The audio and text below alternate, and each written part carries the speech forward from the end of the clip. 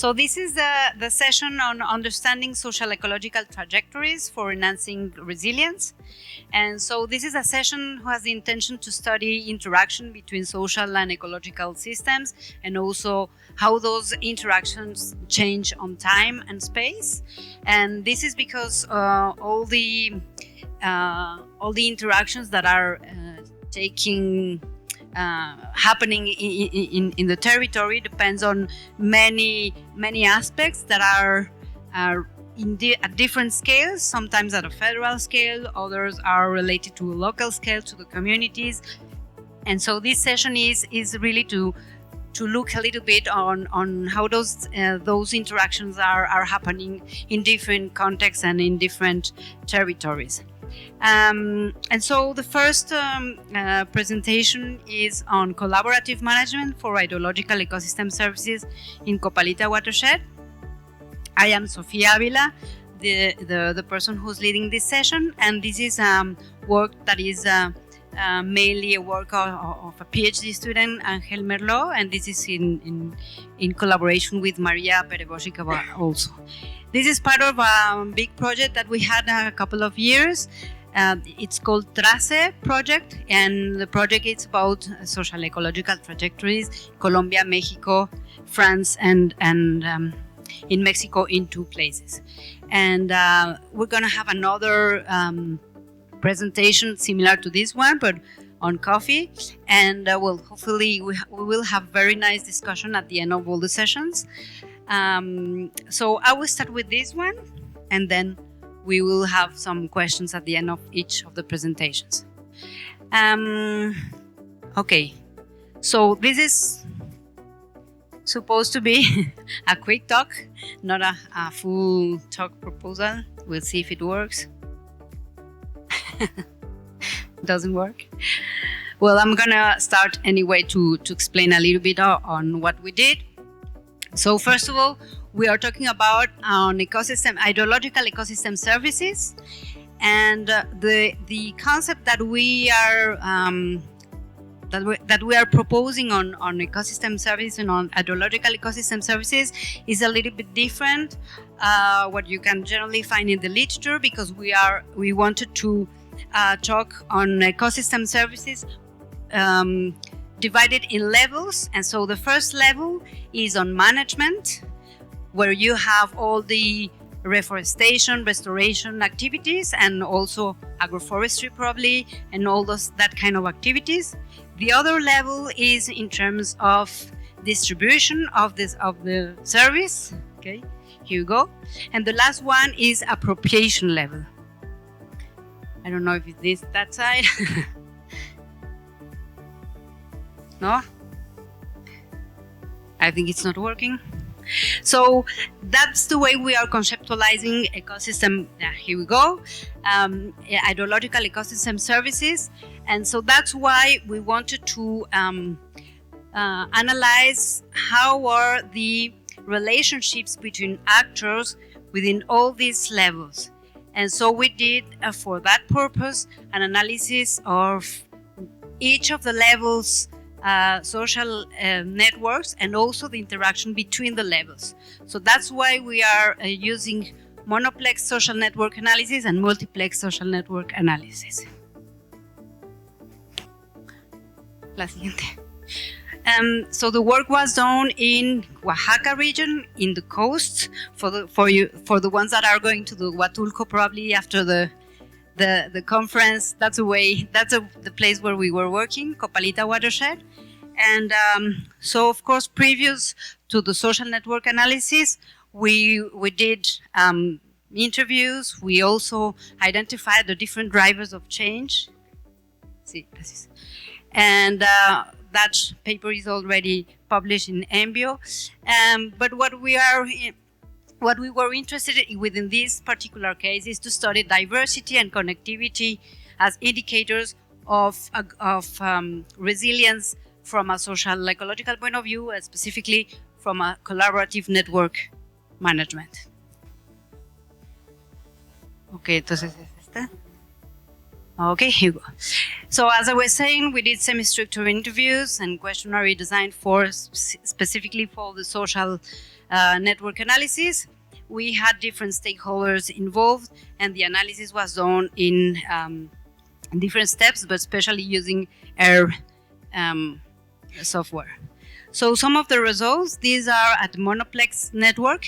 So as I was saying, that the first level, it's more in terms of management. So that's where we have the larger number of stakeholders involved for the conservation and management of forests and activities, and where we have the most diverse network and also more cohesion. And if we compare that with the other two levels, we have less number of actors, less diverse number of actors, and they are dominated by different kind of actors. Specifically in the second one, that's where the National Water Commission, that's the government involved in the water administration. It makes sense that it is the organization that is leading the relationships within the social network. And in the last one, more in terms of non-governmental organization, local ones. Okay. So we also can see that we have different kind of activities. If we are talking about coordination of activities, that's where most of the federal governance is taking the lead. And if we are talking about knowledge brokers, that's where we have non-governmental organizations. And as we can see, the communities doesn't have how can I say, they have not been participating that much, and we think that is one of the things that could be for sure improved within the region. So in terms of policy and management recommendations, as I was saying, I think in the different levels we could improve the polycentricity and the diversity of actors and the involvement of local communities as well. So some of the conclusions, this is a very interesting methodology, the multiplex network analysis, in order to see really the relationships between different levels, in this case of hydrological ecosystem services.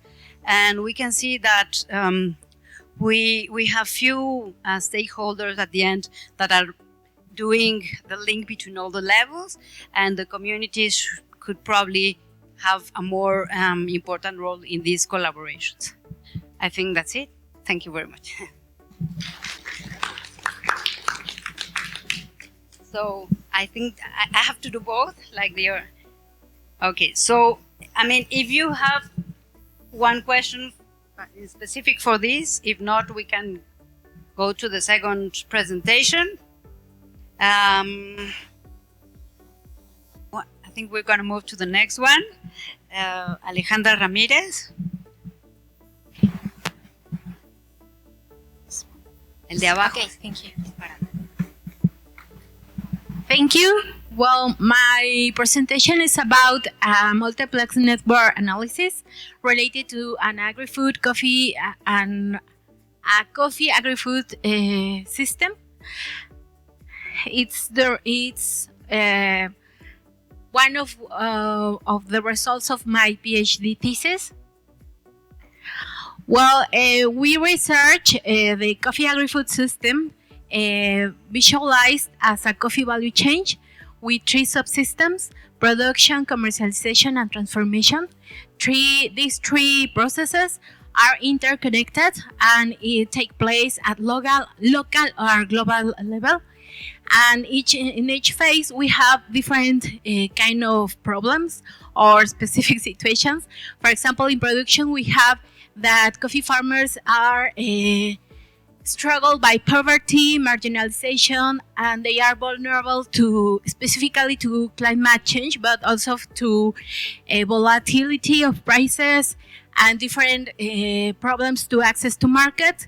In commercialization and transformation, we have similar problems because we have the concentration of bargaining power between only a few hands. So the coffee farmers are very weak in this value chain.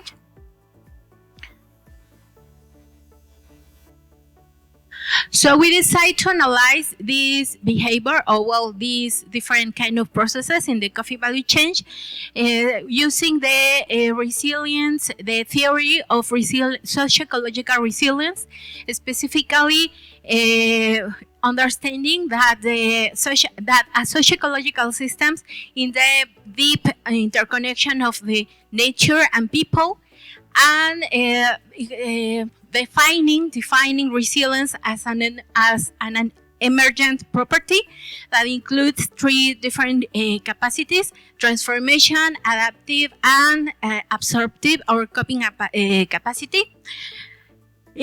We choose two attributes, or also called resilience principles: diversity and connectivity, to measure the capacity of our food system to be resilient to different kind of shocks and stressors.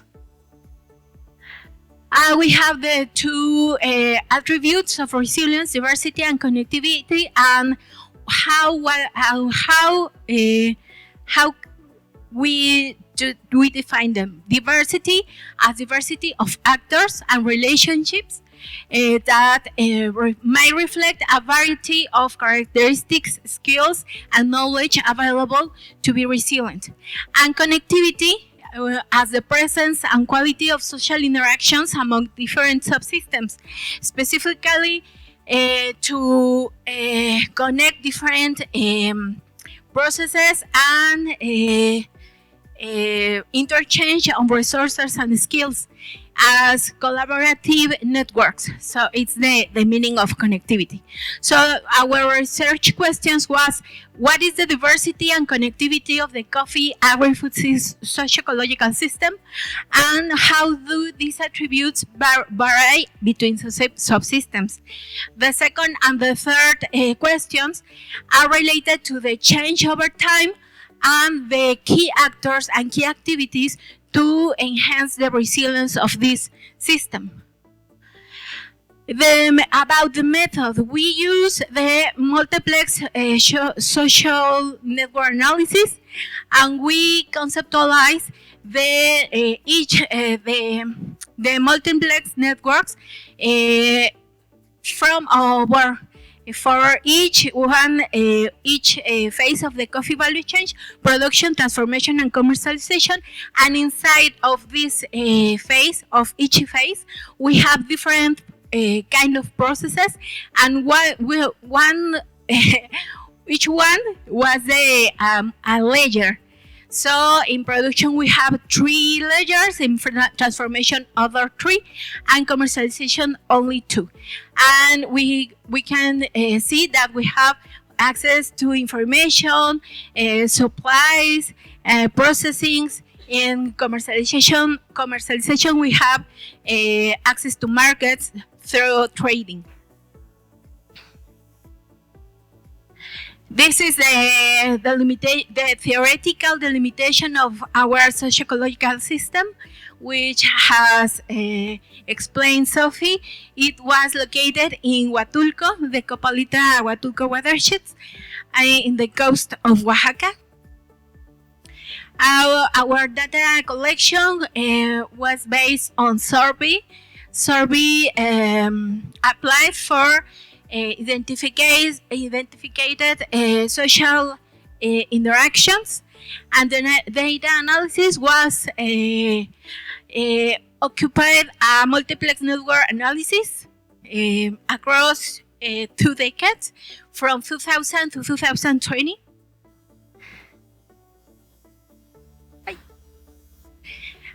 We use different metric networks to evaluate the diversity and connectivity.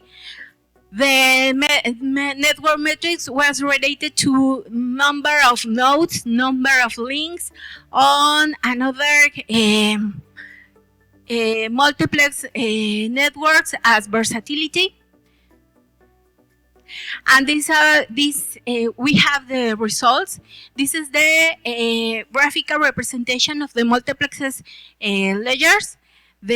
of our coffee agri-food systems, we have the different monoplexes networks. Inside of the multiplex networks, we have production, transformation, and we can observe the changes over time in the related to the number of the nodes and links between the first period and the second period. We was compared to different decades. We have another kind of representations observing the change over time between the different kinds of node types in the multiplex networks, and we have a very significantly increase of nodes and links in the second period. And we have another representation of how was the trend or the behavior of this kind of change over time.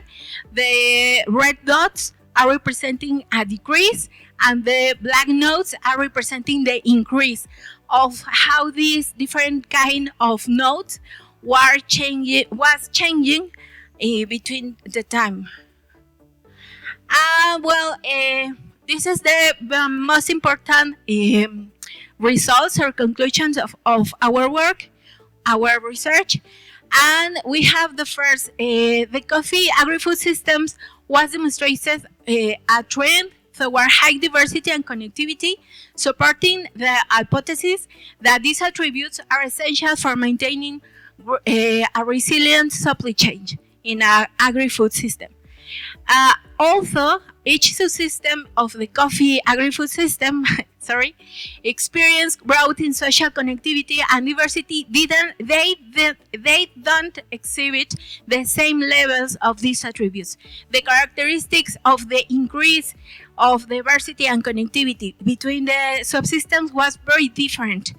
Specifically, the production subsystem was the most relevant in terms of increasing. The evolution of this characteristic over time highlights the importance of diversity of actors, especially collectively actors. As we understand collectively organized actors, different kinds of nodes as secondary producers organizations, cooperatives, government agencies, and different kinds of groups organized with the same goal. The main activities that support the resilience of these agri-food systems was information sharing, provision of inputs, processing, and commercialization of coffee.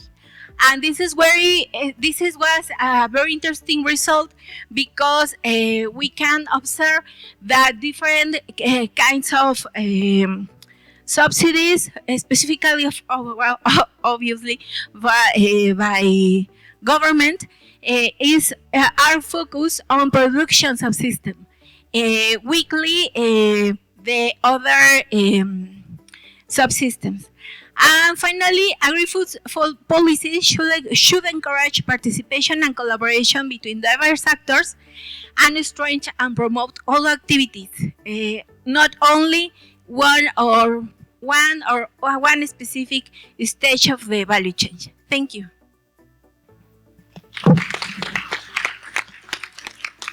Thank you, Alejandra. Do we have some questions? Any thoughts on this topic?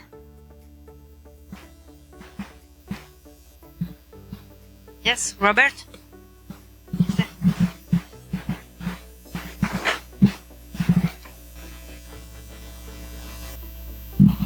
Yes, thank you very much. Can you comment on how the increase in connectivity or decrease in connectivity, the mechanism, and how it affects resilience in your socio-ecological system? Just trying to work through just the logic of how that happens. Yes, we observe that this kind of change between the number of nodes and leaves respond to the different adaptive strategies taken by the coffee farmers. And the second period of our comparison in the decade from 2010 to 2020, the coffee roast hit the region, the study area. So it was a trigger that increased the different kind of activities to collaborate and cooperate to stop the spread of the coffee roast. So in addition, there was another interesting increase of NGOs initiatives to support the agroecological production in the region, because here the coffee that is cultivated is shade coffee. So different kinds of programs and initiatives support also the action against the coffee roast, mainly, but there was another reason. Okay, is there any other question? No? Okay, so unfortunately, Narcisa, the next presenter, she's not coming. She sent a message that she couldn't take her flight. So we're gonna go to the next one. Ines and Joanna. So this is gonna be a different dynamic. They will explain to you how is that going to work, but please. Well, thank you. Good afternoon, everyone. We are historians, so our presentation will be a little bit different, but we need you, so be prepared, okay?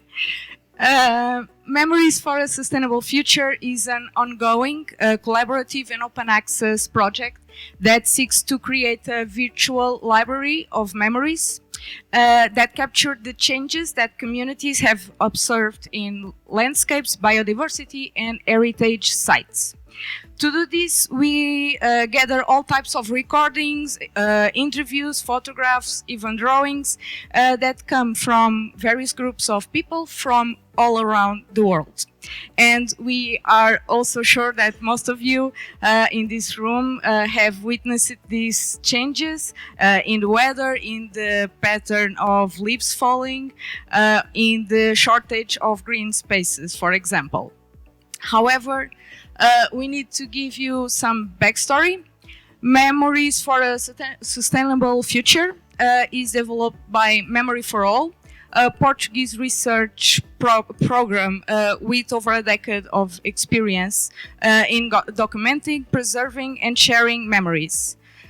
In many of our projects, we have collected memories related to water management, food supply, food production, consumption, land use, and both in Portugal, for example, Joanna, if you can go back, both in Portugal, here is the example of the Serralves Park in Oporto, and in Óbidos Lagoon, and in other parts of the world, namely in Mozambique, in Príncipe Island, and more recently in Brazil. But why collect memories for a sustainable future?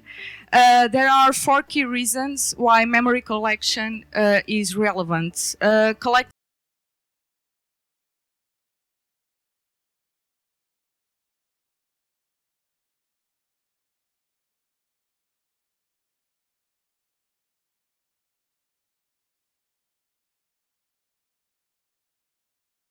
Memories can help us gain a deeper understanding of how territories have evolved and transformed over time.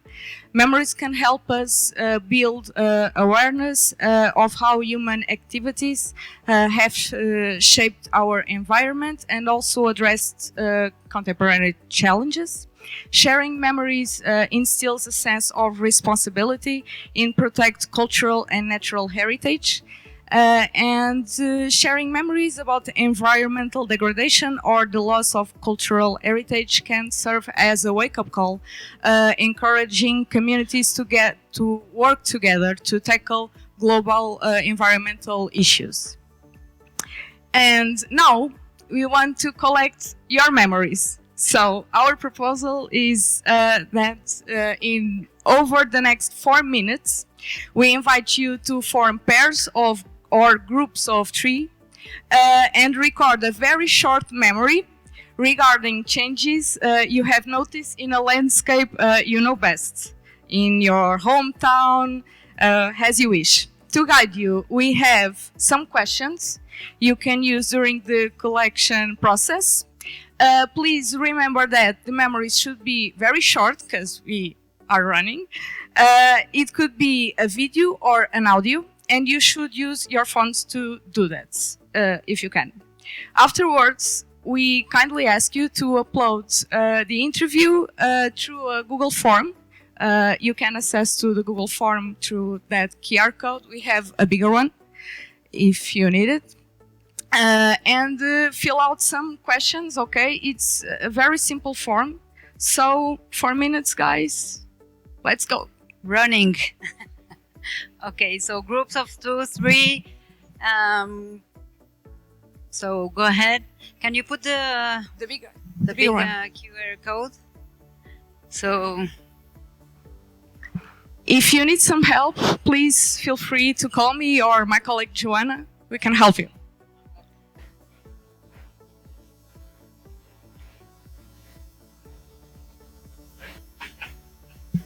Or they can do themselves? In groups? Yes. Some people is not working together. We can do it individually if you want, okay?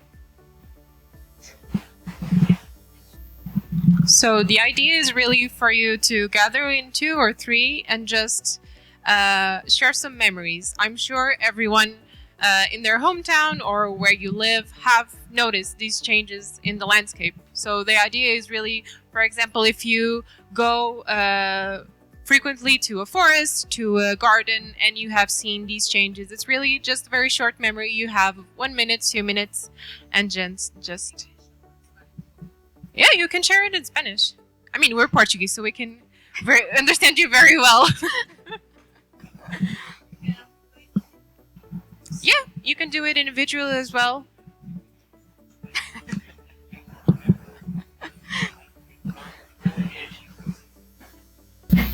So we are running out of time, and you can submit later. Don't worry.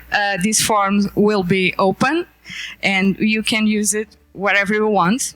We want to thank everyone who has participated in this activity. The memories you submit during this session will be available on our website in the next days, and you will become part of this project. Okay, so thank you all. This project is about more than just gathering and processing information. It's about empowering each of us to become advocates for sustainability. And if you are interested in continuing this collection in your own communities, we encourage you to do so through the Google form that will be open. So thank you for participating and for your commitment too.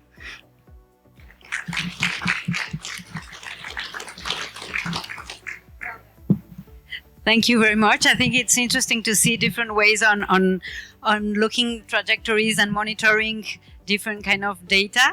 I think so. We're gonna go to the last presentation, and then we will have time for some discussion as well.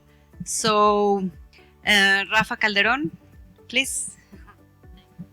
Thank you so much. I have news for you.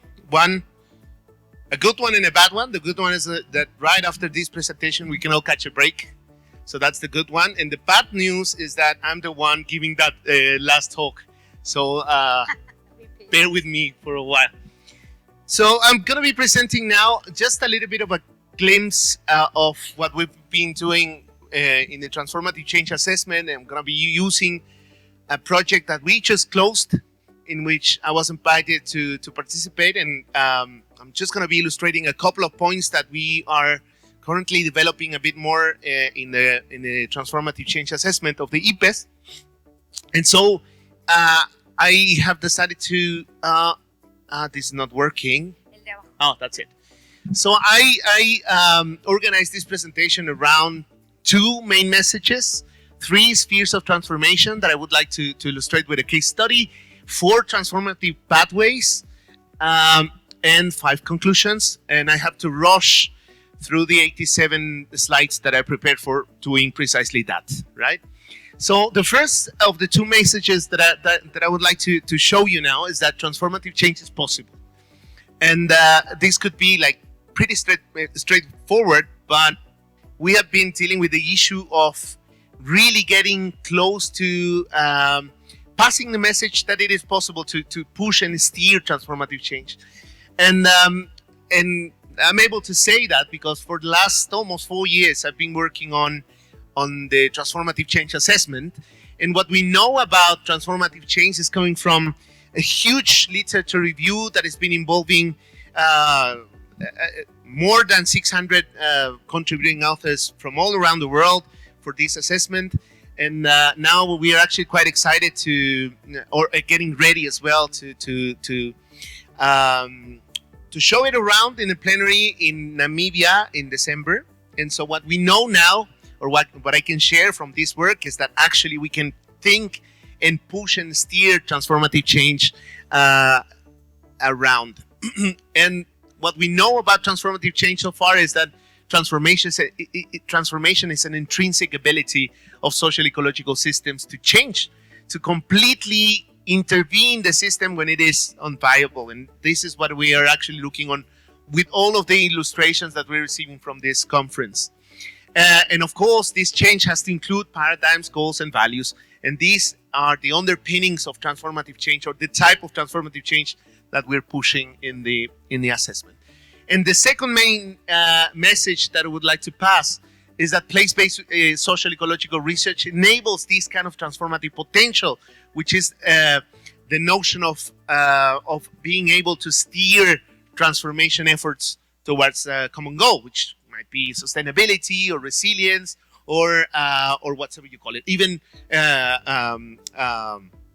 all of these more practical ways of dealing with land problems can actually be steered towards transformative change with the framework that we are using. And to illustrate that, a couple of years ago, we published this paper on building a Latin American node, and this is a little bit of a publicity stunt from my side. And it's based on the idea of producing a Latin American node for the program of ecosystem change and society. And what we found is, and published in this paper, is that there is a huge interest around Latin America and around the world to use some cases from Latin America to empirically illustrate cases of transformative potential in the region, with a huge array of topics that can be or that have been researched around the region, and with a lot of contributions and linkages between different countries and different regions in the world. And you know, the idea behind this paper is really to get close to what we're doing with the Latin American network of the Program on Ecosystem Change and Society. So if you can take a picture of that one and have a look at what we're actually doing on that network, would be fantastic. Now, what is transformative potential? The idea behind transformative potential is also an ability, and I highlight the word ability because it's an intrinsic characteristic, something that cannot be developed from outside, or it's nothing. It's not something that you can inject within a case study, something that has to come from within the system to steer the efforts or changing the practices, governance structures, and values and paradigms towards social ecological resilience, but it can also be towards sustainability or restoration and so on and so forth. So transformative change refers to the quality of the system change rather than the process or the outcome. And the departing point is the constructed vision, the co-constructed vision of the future, and that's really important. Many projects that have been established or thought around the idea of transformation are not departing from this point. And so the case that I would like to show you is a project that was led by Professor Karina Boeje from UNAM, and that I was invited to participate in. And the idea was really to illustrate how these three topics that can be established in this definition of transformative potential can be illustrated in an empirical case. And we took the case of Los Tuxtlas, which is a very highly biodiverse hotspot in Mexico, in the Gulf of Mexico. And we've been working with local communities of livestock producers for the last close to 4 years now. And what we're doing now is, the parting point was to come up with a co-constructing vision of the future. And so this is an illustration that was based on a series of workshops that we carried out with local producers that really pictures what they mean when they are thinking about the future, and they illustrate the wishes and the most common processes that they consider might be useful or sustainable in the future for their own region. So you can see here, for instance, the structure of the houses and the ranch, how it's reorganized around an area that can produce systemically and more sustainably all of the products around livestock cattle ranching. Now, it is all based on the notion of the leverage points that I'm sure you're familiar with this. And so the main critique of this project is that most efforts for conservation and natural resource management are based on the shallow leverage points. And what we're trying to do with transformative change is to move the focus of attention to more deeper and under-researched leverage points. And I think this is a really important aspect of the project, or any project based on the idea of transformative change, is that we actually can start working with issues that have not been dealt with before, right? Now, it is also based on the literature around the three spheres of transformation or transformative change that were published by Karen O'Brien and others around the 2018. And the idea is really that you have this graph where there are three spheres of transformation, and you can see here the easiest to transform, the sphere that is easier to transform is the practical one that includes technical solutions and actions. And then there's another one that takes more time to move and that is more difficult to modify, which is the political sphere, because it includes structures like, the legal systems, both constitutionary and statutory. And certainly the most difficult to change and the one that takes more time is the personal sphere, because it includes the value systems, the beliefs, the views of local communities. And so what we have been doing for the last 3 years have been characterizing how these spheres can actually be changed in a local project like the one that I showed you. So when we're dealing with the practical sphere, it's common to see that we are actually, the reaction of local producers is mainly on, we have learned to do stuff. So we're actually changing the way we are understanding the practices for producing more sustainably and even taking care of the environment in a practical way. So processes of sharing this knowledge through workshops and seminars and even visits across the region have been invaluable for passing this knowledge around and to create changes in the practical sphere. Now, when it comes to the political sphere, we based the approach on changing this political sphere on spatial analysis in key areas, especially when it comes to applying participatory methods for mapping. And so we involved a series of local institutions, local political, from the state, political legal institutions, but also institutions based on their own understanding of governance patterns in the region and locally as well in different communities. And what we're looking at now is that now all of these processes of governance are being changing with the implementation of this project. And now when it comes to, something's going on here. The personal sphere, which is the more difficult sphere to be changed. We are now learning on former invisible actors like women, young people, even children have been participating on this project. And what we're looking at now is that the process of learning can be extrapolated from different sectors of the population that were neglected before, and that were usually neglected in such kind of transformative processes on other cases, like in a more traditional way of doing research around transformation. Now, there are 4 transformation pathways that are based on the work of Elena Bennett and others as an effort to moving transformation from local to regional aspects. And what we're learning now is that there are positive ways of aggregation. This is the first pathway that we identified in the region.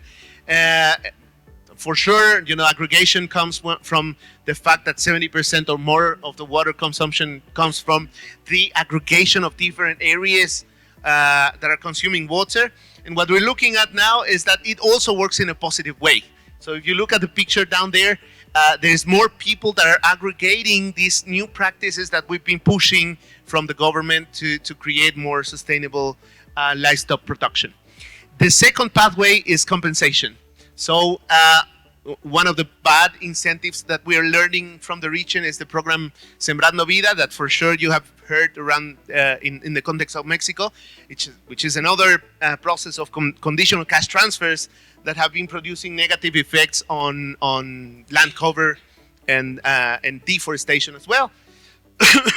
So one of the news, or one of the issues that we are really pushing is to try to remove the idea of money behind incentives for transformation, and that is really important. Try to move away the issue of money for transforming local patterns of production. And then suddenly what we're looking at now is the compensation comes from learning processes. And there's another way of measuring compensation that is not based in economical terms. The third pathway is learning, which is an action that in one place can enable other actions in other places. And learning is a fantastic process of getting together people from different regions within the area of study that can learn from each other. And that's a very basic principle that we're actually taking as a strategy for pushing transformations towards a different pathway based on learning. And the last one is contagion. So an action can be contagious, and so what we're learning what we have learned from the historical processes in Los Tuxtlas is that many people have been following the same practices as their grandparents did. So it's a contagious process that has been going on for many decades in the region, and now what we're looking at now is that these practices of sustainable production can also be contagious. And it might be even more contagious than the previous system based on unsustainable practices for cattle ranching.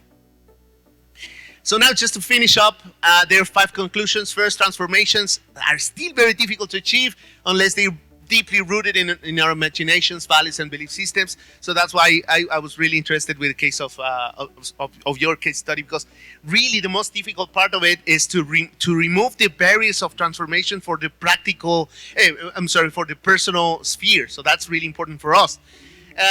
The second is that transformative change must be based on a vision of the future that has to be co-constructed. Nothing imposed from outside, but rather co-constructor within local communities with the help of local organizations, and why not 1 or 2 scientists as well.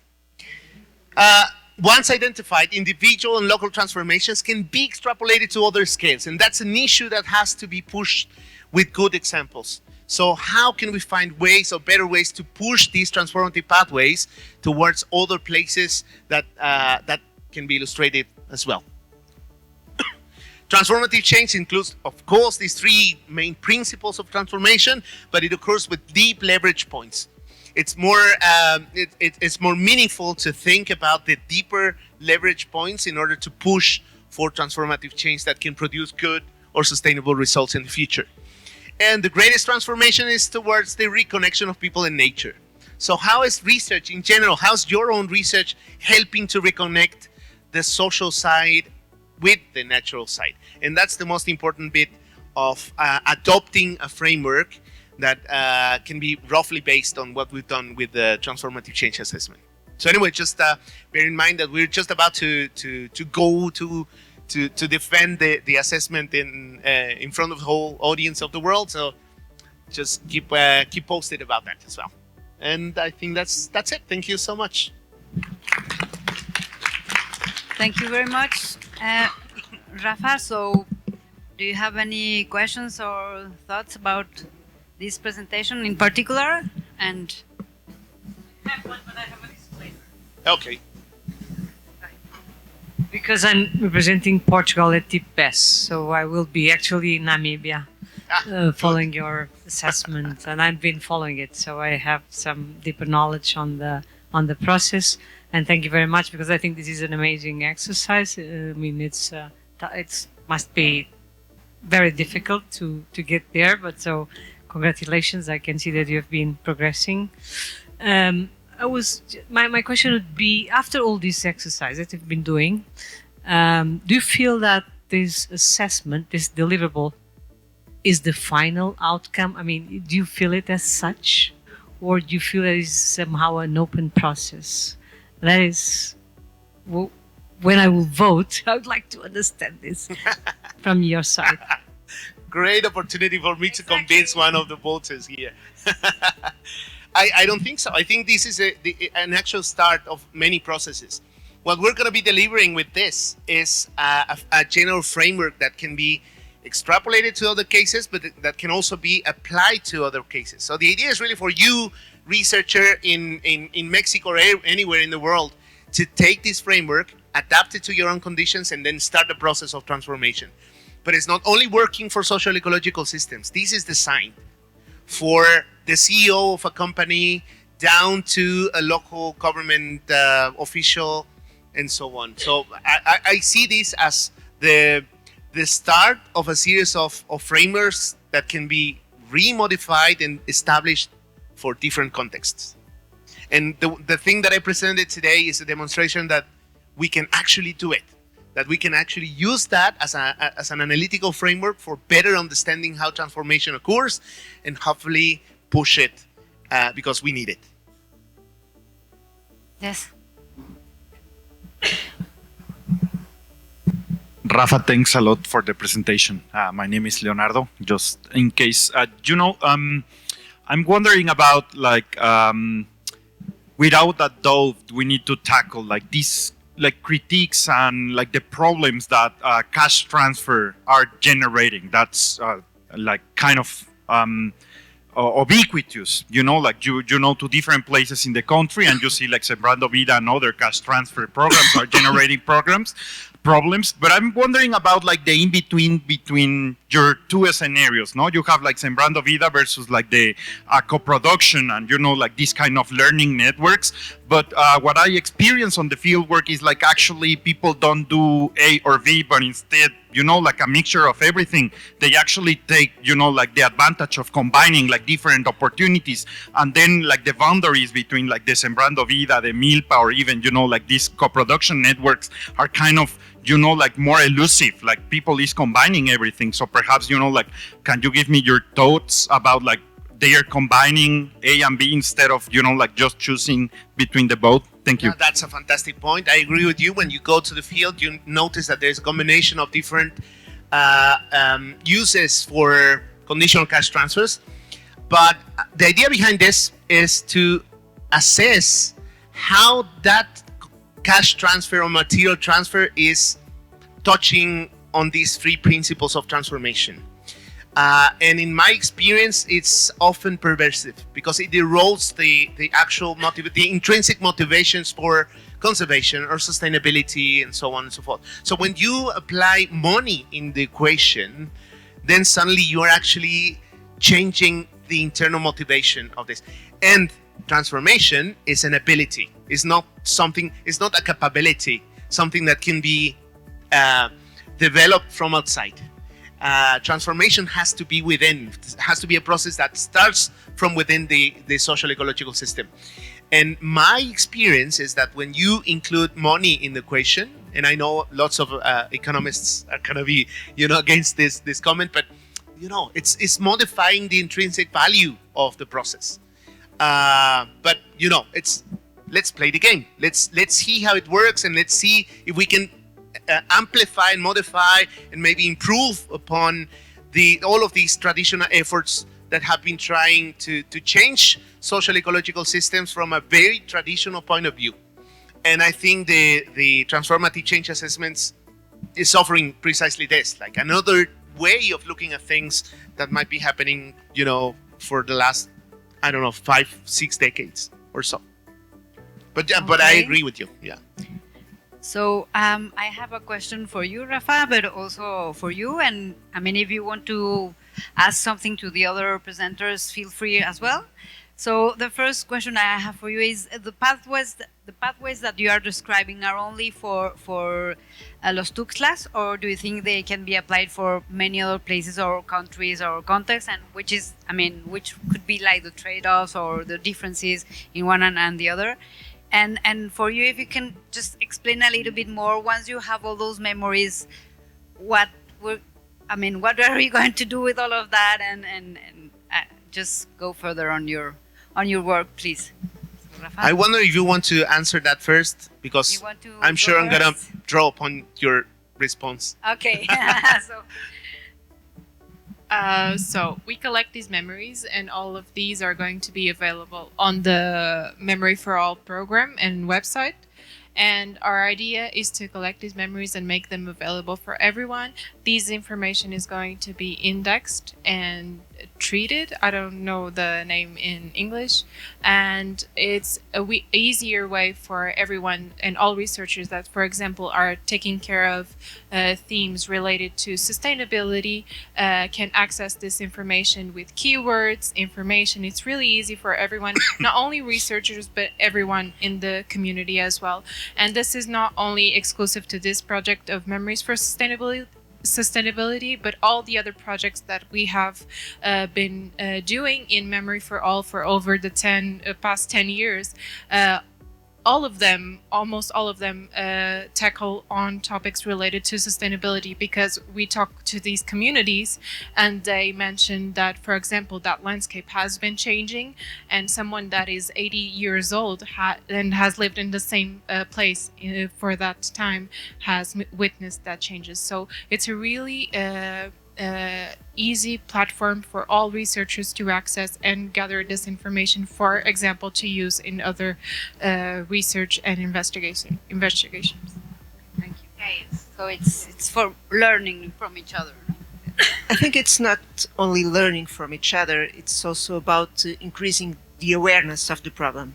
So we've been talking all day about engaging communities, understanding, go to local, from local, etc.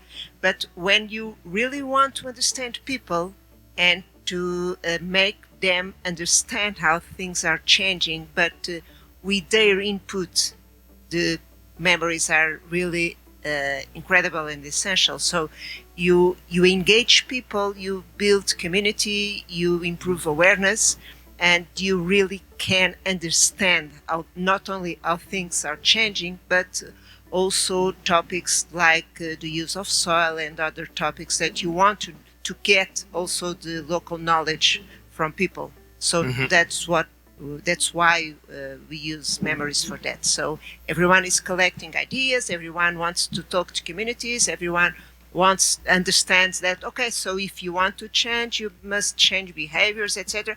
Okay, but you need to talk with communities and you must engage communities. And the first topic is to have a good story of their own lives and their own contact with nature and biodiversity, etc. So that's it. I think you're actually hitting the nail right there, because maybe one of the critical points of transformation is how to scale up transformation. So you have these very vernacular and small cases that can really be really nice to illustrate specific points, but how you take this to another scale, how to scale up a transformative process. And the 4 pathways that I presented here were published by Elena Bennett some years ago, a couple of years ago, in a very theoretical paper that is really pushing to think about how transformation can be moved towards to another scale. And what we're actually illustrating empirically with the case of Los Tuxtlas is that the personal sphere is actually a great way for pushing this transformation to another scale. And what you're actually doing is touching on that specific kind of level of awareness that we have to harvest, to create transformations. So just trying to answer your question, I think these 4 transformative pathways have 2 main uses. The first one is to really try to move specific and small place-based research to illustrate at different scales that transformation can be possible. And the second one is that they're very practical ways of doing that. So there are 4 ways in which you can actually take specific cases in a very localized example to another scale, to the regional, national, or even hopefully global scales, right? Sharing practices and Okay. Is there any other question? When you were explaining your case with snails, I was thinking, oh, this is learning. This is, the 4 pathways are right there. So, Rafael, blink. I think to make transformation, it is necessary to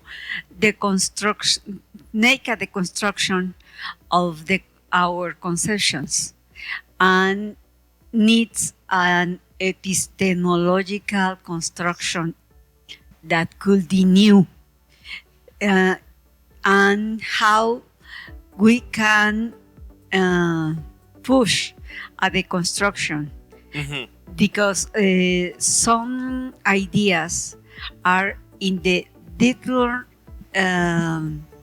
conception of culture, and it's not easy to make a change when people has a very strong beliefs about something.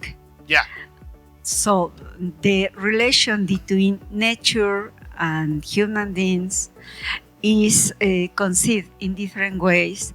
Is not the same for the urbanites or for rural people.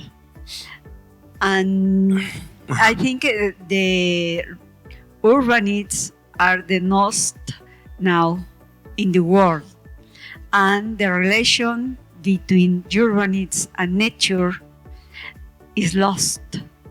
So how can we construct a new perspective, a new idea, epistemic conception on the relation that we expect to have with nature for a better world? Yeah, absolutely. And actually for that, I'm going to give you a homework. For the sake of secrecy, I can't speak about the structure of the assessment just yet. But please, in a couple of months when the assessment is out, try to find these spheres of transformation in the structure of the assessment. And it's really to not only to move and modify the way we think about the personal sphere, because it's really difficult to change and it's really important, but also we need to think about the structures and also the practical ways of doing this. So everything has to be transformed. And just to finish, the assessment has been super kind, and it's been a fantastic and really tiring experience for me and for many of my friends that are also CLAs like Eve, which is in this room as well. But I think being at the forefront of something that is being just developed is fantastic. And the second one is that I am very optimistic about the results. I'm super optimistic that this can actually be transformative for the world. So please jump in the train, and hopefully we can make it happen. Okay, thank you very much to everybody. So let's finish and go for the poster session and now.